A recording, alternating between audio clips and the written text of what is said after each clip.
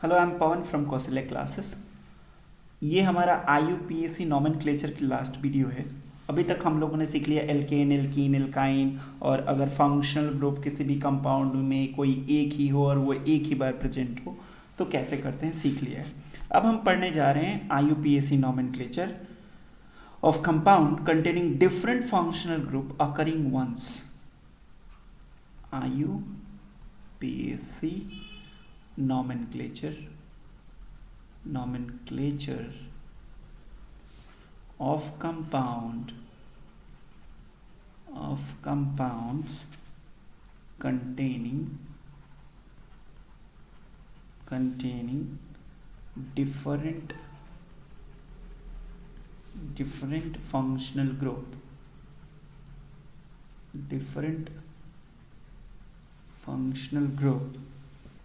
occurring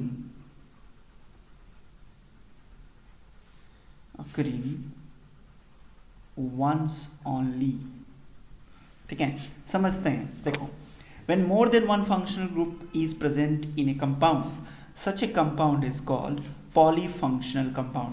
example के लिए आप ऐसा समझ सकते हैं कि CH3 है, अटैच है कार्बन से, यहाँ पे CH3 है, ये डबल बॉन्ड CH, फिर यहाँ पे CH2 है, फिर यहाँ पे CH2 है, यहाँ CH है, OH है, और यहाँ पे CH3 है।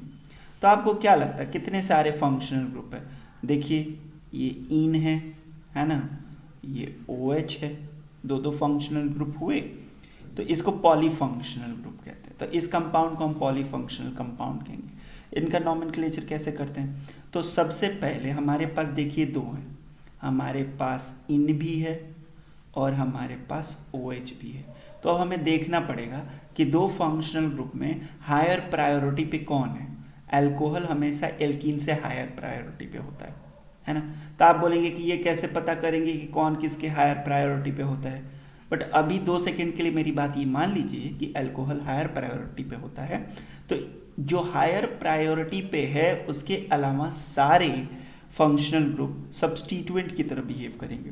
तो हम नंबरिंग उधर से करेंगे जहाँ से ये पहले नंबर पे आए, जो हमारा हाईएस्ट प्रायोरिटी ऑर्डर वाला फंक्शनल ग्रुप है।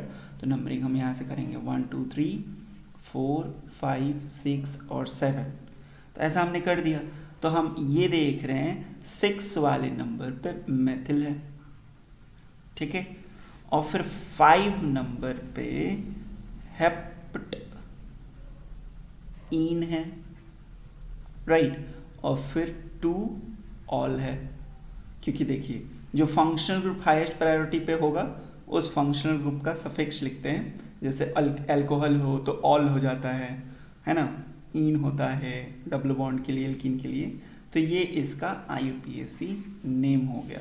अब मैं आपको एक लिस्ट दे देता हूँ जिससे आपको ये पता चल जाएगा कि कैसे हम ऑर्डर स्पेसिफाई करते हैं। देखिए, यूजुअली ये ऑर्डर होता है, ठीक है, मतलब कार्बोक्सिलिक एसिड सबसे आगे होता है, फिर SO3H होता है, फिर आपको एनहाइड्रस होते हैं, एस्टर होते हैं, एसिड हाइलाइड होता है ना, एमाइड होता है, नाइट्राइड होता, साइनाइड होता है, एल्डिहाइड, कीटोन, अल्कोहल, एमीन, है ना, फिर डबल बॉन्ड, ट्रिपल बॉन्ड, सबसे लास्ट में जो होता है वो हैलोजेंस होते हैं। तो यही जरूरी नहीं है, आपके लिए जरूरी है ये लिस्ट जो आपकी स्क्रीन पे अभी दिख रही है। देखिए, ये फंक्शनल ग्रुप है, जैसे ये COOH है, आपको ये दिख रहा होगा, ये COOH है, तो कार्बोक्सिलिक एसिड है, तो हम इसका नाम है एल्केनोइक एसिड। तो इसमें अगर सफिक्स की तरह अगर यूज़ हो रहा है तो ओइक एसिड लिख देंगे, अगर ये सब्स्टिट्यूएंट की तरह बिहेव करेगा तो कार्बोक्सिल करेंगे। अब अगर जुड़ा है SO3H, तो ये एल्केन सल्फोनिक एसिड है, तो अगर ये सफिक्स की तरह होगा तो सल्फोनिक एसिड होगा, नहीं तो इसको हम सल्फो कहेंगे अगर सब्स्टिट्यूएंट की तरह होगा। तो देखिए, सब्स्टिट्यूएंट की तरह अगर कोई बिहेव करेगा तो प्रीफिक्स में आएगा, अगर मेन ग्रुप की तरह अगर बिहेव करेगा तो सफिक्स में आएगा। ये लिस्टिंग है, ठीक है, मतलब एनहाइड्राइड है तो ये एल्केनोइक एनहाइड्राइड है, एनहाइड्राइड होता है ना। अगर एस्टर हो तो एल्किल एल्केनोएट होता है, OATE जोड़ देते हैं, एल्केनोएट, है ना। और ये एल्कॉक्सी हो गया। तो ये लिस्ट को आप ध्यान दीजिए। जिस तरीके से लिखा हुआ है, जैसे एसिड हाईलाइट हो गया तो एल्केनोएल हाईलाइट हो जाता है ना, एल्केनामाइड हो गया, एल्केनाइट्राइल हो गया, एल्केनल हो गया। अगर अल्कोहल हुआ तो वो क्या हो जाएगा, कीटोन हुआ तो 1 हो जाता है, एल्केन 1। फिर एल्कोहल हुआ तो OL हो गया, है ना। फिर अगर SH हो तो थियोल हो जाता है, और सबसे लास्ट में अगर ये एमीन है तो एल्कीनामाइन हो जाता है। तो इस तरीके से इस लिस्ट को आप देख सकते हैं। हाइलोजन है तो हाईलाइट हो जाता है, जैसे ब्रोमीन है तो ब्रोमो कह देते हैं, क्लोरीन है तो क्लोरो कह देते हैं ना। तो लास्ट में अगर आप लिखना चाहें तो सबसे लास्ट में हाइलोजन भी होता है, तो हाइलोजन के लिए क्या कहते हैं, हम उसको कह देते हैं हेलो एल्केन। क्या कहते हैं, हेलो एल्केन। फॉर एग्जाम्पल अगर हमारे पास CH3 और Br है तो हम बोलेंगे ब्रोमोमेथेन। ठीक है, क्या नाम होगा इसका, ब्रोमोमेथेन। तो इसको लेके कंफ्यूज नहीं होना है। तो मुझे लगता है कि अब आप कुछ भी कर सकते हैं। अब एक आपको इंटरेस्टिंग सा ऑर्गेनिक केमिस्ट्री का दिखा देता हूँ, फिर आप समझ जाएंगे कि हम कैसे करेंगे। जैसे COOH है और यहाँ पे है CH2 CH2 CH2 CH2 CH2 CH2 और CHO है। तो ध्यान से देखिए, हमारे पास ये एक फंक्शनल ग्रुप है और ये एक फंक्शनल ग्रुप है। तो ये कार्बोक्सिलिक एसिड है, ये एल्डिहाइड है। अपनी लिस्ट खोलिए, देखिए कार्बोक्सिलिक एसिड सबसे ऊपर है और उसके नीचे एल्डिहाइड है। समझ आ रही है बात, ये है एल्डिहाइड 8th नंबर पे और 1st नंबर पे कार्बोक्सिलिक एसिड है। तो इस वाले कॉन्सेप्ट से हमारा ये जो होगा सफिक्स की तरह काम करेगा और ये प्रीफिक्स की तरह काम करेगा। तो प्रीफिक्स में एल्डिहाइड को क्या कहते हैं, आप ये देख लीजिए। प्रीफिक्स में एल्डिहाइड को कहते हैं फॉर्मिल, ठीक है, और इसमें सफिक्स को कहते हैं ओइक एसिड। तो अब इसका नाम लिखना हो तो नंबरिंग हम उधर से कहेंगे जिधर से मेन फंक्शनल ग्रुप पहले आए, तो 1 2 3 4 5 6। तो इसका नाम जब लिखेंगे हम लोग तो लिखेंगे 6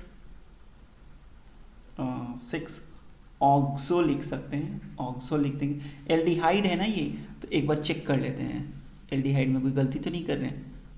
एक सेकेंड, ये है एल्डिहाइड। तो इसको फॉर्मिल कहते हैं, इसको कीटो भी कह सकते हैं। तो देखिए हम क्या लिखेंगे, इसको 6 फॉर्मिल कह लेंगे, 6 फॉर्मिल, और हेक्सेनोइक एसिड, हेक्सेनोइक एसिड कह लेंगे। तो ऐसा कोई भी नोमेनक्लेचर आप अब कर सकते हैं। फॉर एग्जाम्पल मैं एक डिफ़िकल्ट सा दे देता हूँ, CH, H, ये मेरा फेवरेट है क्योंकि इसमें बहुत सारे फंक्शनल ग्रुप लगे हुए हैं। अगर आप ढूंढने चलेंगे तब आपको पता चलेगा कि इसमें क्या क्या था, और ये कर लिया तो भाई सब कर लोगे। देख लो, देखो तो सही इसमें है क्या क्या, बहुत कुछ मिलेगा ढूंढोगे तो। अब देखो फंक्शनल ग्रुप की लिस्टिंग करोगे तो हैरान रह जाओगे। एक तो ये एमाइड है ना, जो सबसे आगे निकल जाएगा। उसके बाद OH भी है, देखो ये है फंक्शनल ग्रुप, फिर OH है, फिर डबल बॉन्ड भी है, फिर ट्रिपल बॉन्ड भी है, फिर हाइलोजन भी है ना। तो अब कार्बन की नेमिंग इधर से स्टार्ट करेंगे, 1 2 3 4 5 6 7, है ना।